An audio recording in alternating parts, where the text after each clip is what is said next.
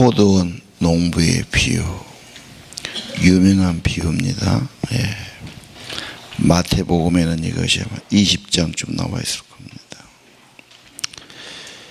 예수님께서 가르친 특징이 비교해서 비유로 말씀하시기를 좋아합니다. 가르치는 것은 설명해야 되고 이해해야 되기 때문에 가장 현실적인 알기 쉬운 신뢰를 드시면서 비교로 가르치신 것이죠.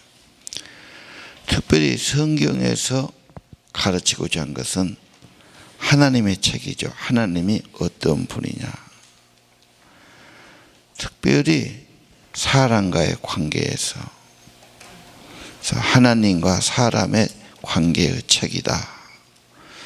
그리고 그 관계 안에 화해자로, 회복자로 예수님이 계신 거죠. 그래서 오늘은 본문을 통해서 하나님은 어떤 분인가, 인간은 어떤 존재인가, 예수님은 어떤 분인가, 이렇게 봐도 좋을 것 같습니다. 하나님은 오늘은 주인에게 비교했어요. 그렇죠? 포도원 주인, 모든 것을 다 준비했어요. 그리고 청지기로, 관리자로 맡겨주신 거죠. 이 주인은 부요합니다. 관대합니다. 모든 것을 주신 분이죠. 하늘과 땅의 모든 좋은 것을 사람에게 은혜로 주시고 창조하셨고 인간을 으뜸으로 만드셨고 인간에게 뭔가를 맡기지 않습니까? 창세기 처음부터 같습니다. 그래서 이 동산을 다스려라, 관리해라 하는 직분을 주시는 거죠. 그 다음에 이 주인은 인내해요. 종들은 잘못하고 반대하고 거부해도 계속해서 3절 4절 자기 종들을 보냈죠. 한 번에 끝내지 않지 않습니까? 계속해서 인내하고 자기 종들을 보내죠. 이분은 뭔가 그 청지기로서 뭔가를 바치기를 원해요.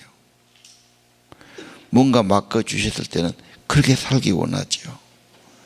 감사하며 살고 하나님 뜻을 받들고 살고 하나님 그래야 되는데 그들은 그렇게 못하지요. 예.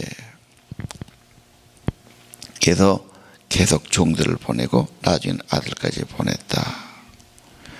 마지막에 이 주인은 어떠나 9절에 보니까 그 주인이 어떻게 하겠느냐. 결국은 진노와 심판이 있었다. 하나님은 창조주고 모든 걸 권한을 주신 분이고 인내하신 분이지만 결국은 심판하시는 분이고 잘못해서 진노와 심판이 있는 분이다. 자, 창조의 목적, 창조하신 그분 결과까지 볼 수 있습니다. 자, 두 번째로 인간은 어떤 존재인가? 모든 걸 받았지요. 모든 것에 받았습니다. 그래서 성경은 사람아 당신 머리털부터 발끝까지 받지 않는 것이 어디 있습니까? 모든 게 받은 겁니다. 그런데 받은 것에 대한 감사, 그분이 만들어주신 그 뜻을 받들고 청지기로 살기보다는 저쪽 인간은 너무 이기적이다. 자기 것을 만들어 버리려고 그래요. 이걸 날강도지요. 남의 것을 지 것이라고 자기 마음대로 하기 원하지. 그리고 하나님을 또 거부해요. 주인을 거부해요. 그리고 주인의 뜻하고는 상관없이 살려고 그래요. 주신 그분이 이렇게 살아라, 이렇게 바쳐라 그런 것을 싫어하지 않습니까? 지금 모든 인간들이 어떻게 삽니까? 물론 받았어요. 그러나 창조하신 주인, 창조하신 그분을 등지고 살기를 좋아한단 말이에요. 뭐 해라 그러면 간섭하지 마세요. 내 멋대로 살겠어요. 아이들부터 그렇게 나오지 않습니까?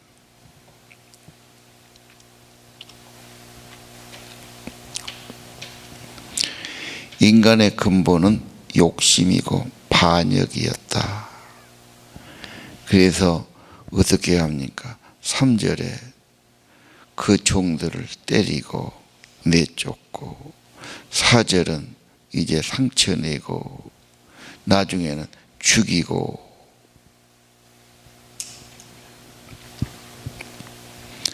하나님이 보내신 선지자를 핍박했다 그 말이죠. 엘리야를 핍박했어요. 그렇죠? 미가야, 스가랴 마찬가지, 에레미야 마찬가지죠. 때리고 감옥에 가두고 세례 요한을 죽이고 사도들을 핍박했고, 바울이 얼마나 핍박받고 거절당했습니까?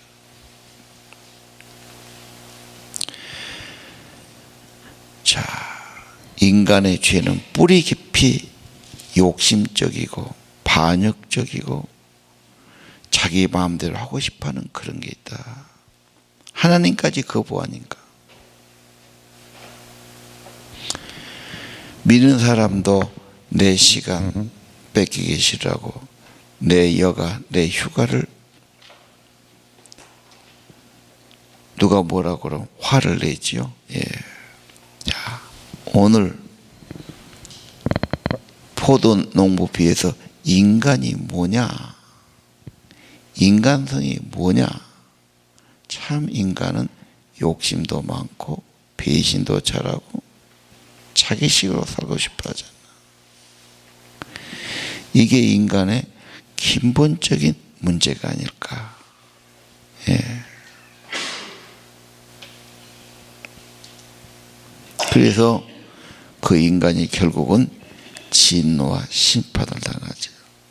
그러지 않도록 계속 메시지를 전하지만 도리어 핍박하고 싫어하지 않습니까? 너무 똑똑해서, 너무 머리가 좋아서 탈이죠.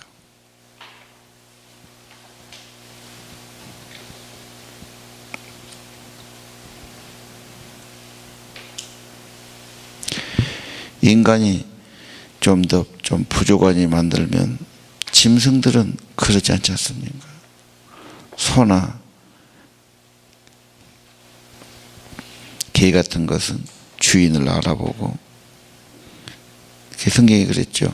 나귀도 제 주인 알고 소도 제 주인을 알고 밥 주는 사람을 알고 돌보는 사람을 알아본다.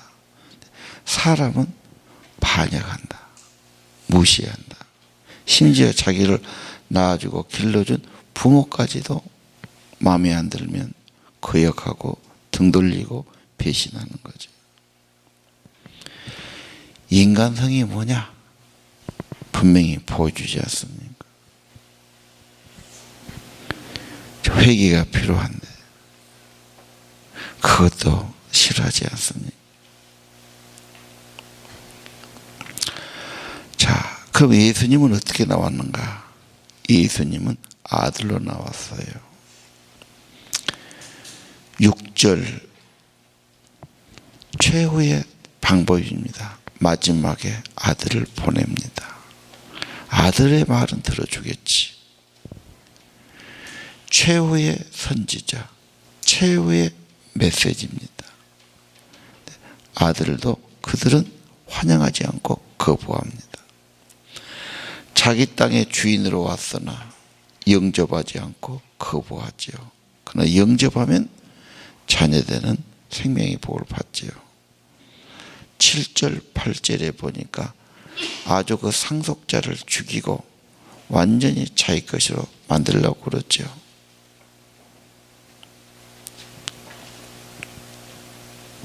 그래서 아들을 죽인 이들은 결국은 마지막에 심판이다. 자, 죽임받은 아들은 어떻게 됐습니까? 10절에 버린 돌이 모퉁이 돌이 머릿돌이 되었다. 그 말은 사람들은 버렸지만 하나님은 그분을 부활시키시고 그분이 이 땅에 여전히 주님이시고 천국의 주인이 되신다. 11절 사람들은 그것을 이해하기 어려워요. 어떻게 그런 일이 있을 수 있겠는가? 그의 부활은 신비하고 기이한 것이다. 시편 118편에 나와 있고 베드로전서 4장에 같은 말이 나와 있죠.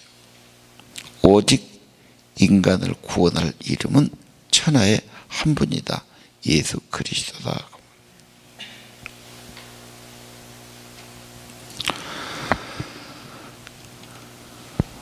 9절에 그랬죠. 주인이 어떻게 하겠느냐. 진멸하고 다른 농부에게 포도원을 줄 거다. 창조하신 분이 심판하신 분이시다.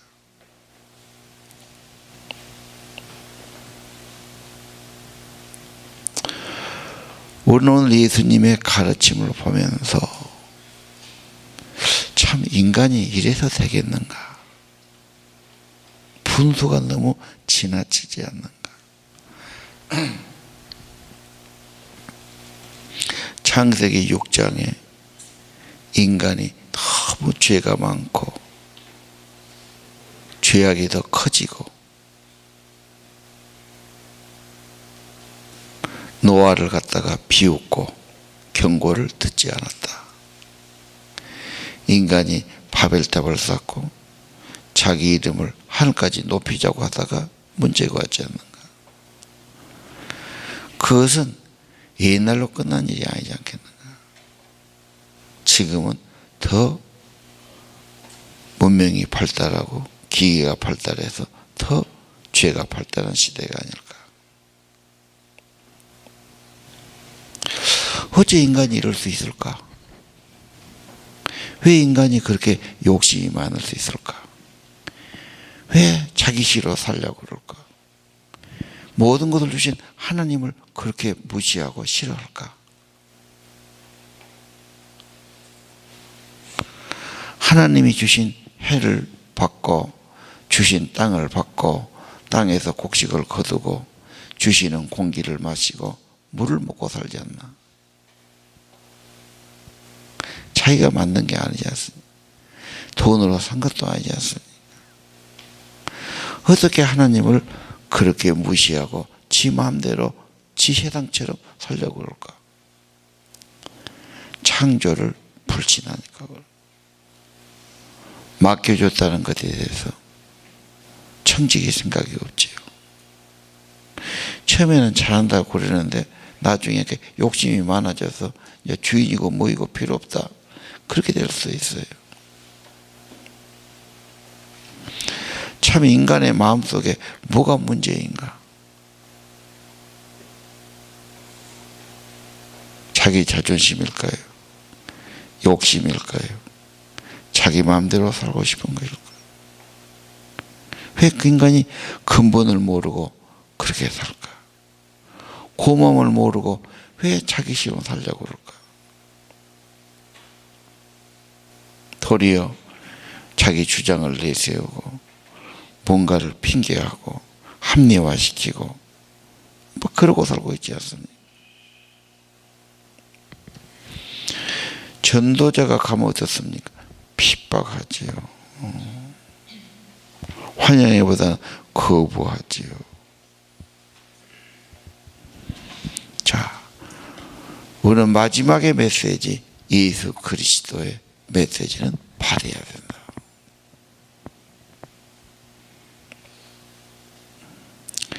세상을 알아야 돼요. 세상 사람들은 거부합니다. 적대감을 갖습니다. 자기 시로 살고 싶어 합니다. 핍박합니다. 믿음 지키기가 쉽지 않습니다.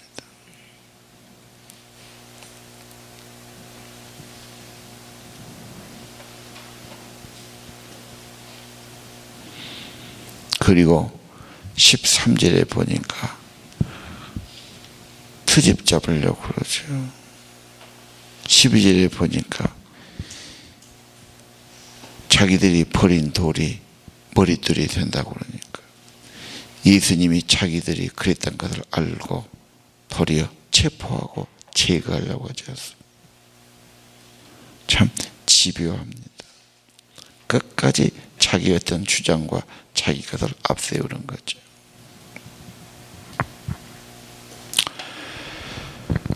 다시 한번 우리는 하나님이 어떤 분인가, 인간은 어떤 삶을 살고 있는가, 인간이 무엇을 해결해야 되는가,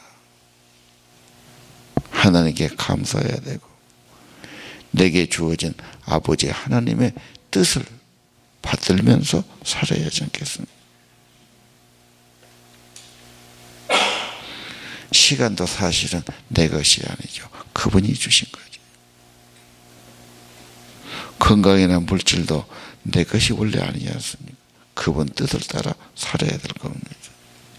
그런데 세상의 거대한 생각들이, 유혹들이 우리에게도 올 수 있습니다.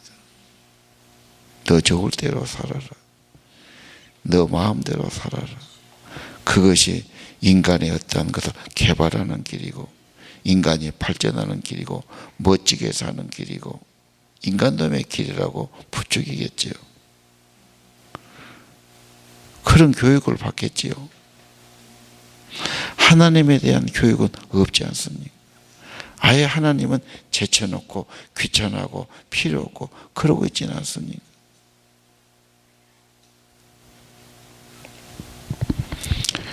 자, 13절. 그들은 예수님을 체포하고 트집 잡아서 제거하려면서 말은 바리새와 헤롯 당원들이 뭐라고 그러죠? 선생님은 진실한 분이고 하나님의 진리로 가르치는 분이고 막 아첨 섞인 좋은 말을 합니다. 누가 여러분에게 좋은 말을 할 때 경계해야 됩니다. 차라리 나를 욕한 사람은 그러려니 하고 조심하지요. 나한테 잘하는 사람한테는 있는 말 없는 말 해갖고 그 말 갖고 또 꼬투리 잡고 또 조심해야 됩니다. 뭔가 부탁이 있든지 뭔가 필요가 있든지 뭔가 뜻이 있어서 그렇게 않습니까? 세금 문제를 가지고 나오지요. 독실한 사람들은 가이사에게 세금 내는 걸 원치 않았어요. 헤롯 땅 같은 사람은 당연히 내야 한다고 그랬겠죠. 내라 해도 욕먹고 내지 마라 해도 이건 낭패를 들려요. 왜? 선동죄가 되니까요. 이렇게 말해도 문제고 저렇게 보니까 책을 잡으려고 묻는 겁니다. 15절. 예수님이 그들의 속셈을 간파하셨죠. 나를 시험하려고 그러는 돈을 한번 깎아봐라. 데나리온. 데나리온에 뭔 그림 있고 뭔 글이 써졌냐?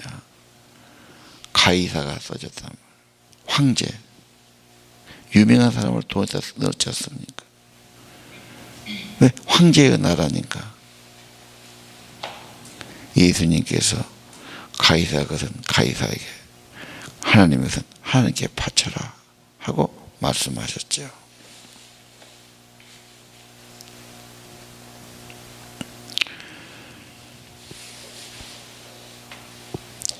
이 세상과 구별되게 사지만 세상을 떠나서 무시하고 산속에 들어가 살 수는 없습니다. 국가나 세상 제도를 인정하고 함께 살아야 됩니다. 국가의 혜택도 받죠, 우리가요. 좋은 시민이 되고 우리가 법을 지키고 세금을 바치는 것은 필요한 일입니다. 그러나 그런다 해서 세상을 따라갈 수는 없는 거죠. 우리는 또한 천국 시민입니다. 그래서 세상에서 복음 전파하려고 아버지의 나라를 이루려고 빛을 비추며 살도록 빛과 소금으로 우리에게 말씀하신 거죠. 어두운지 그러지 않습니까? 배는 바닷물이 없으면 뜰 수가 없어요. 가라앉으면 그건 죽는 거예요. 빠지지 말고 함께 가야 되는데 뭔가 아버지 나라를 우리가 세상에 증거하면서 이루면서 살아가는 거다.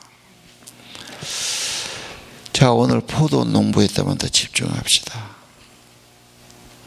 정말 인간성의 문제, 우리의 문제도 되지요. 쉽게 잊어먹고 쉽게 배신하고 쉽게 욕심이 나오고 나를 주신 하나님 천기 정신을 잃어버리기 쉽지 않습니다. 이것이 인간의 문제고 우리들의 문제고 우리 자녀 세대의 문제가 아니겠는가. 이것이 비극이 아니겠는가. 이것이 인간이 심판을 받고 멸망하는 죄악이 아니겠는가.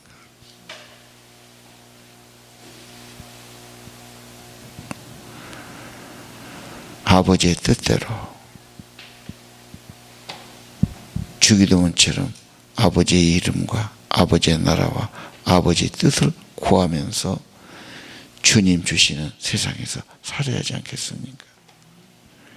기도할 제목이라고 생각합니다. 기도합시다.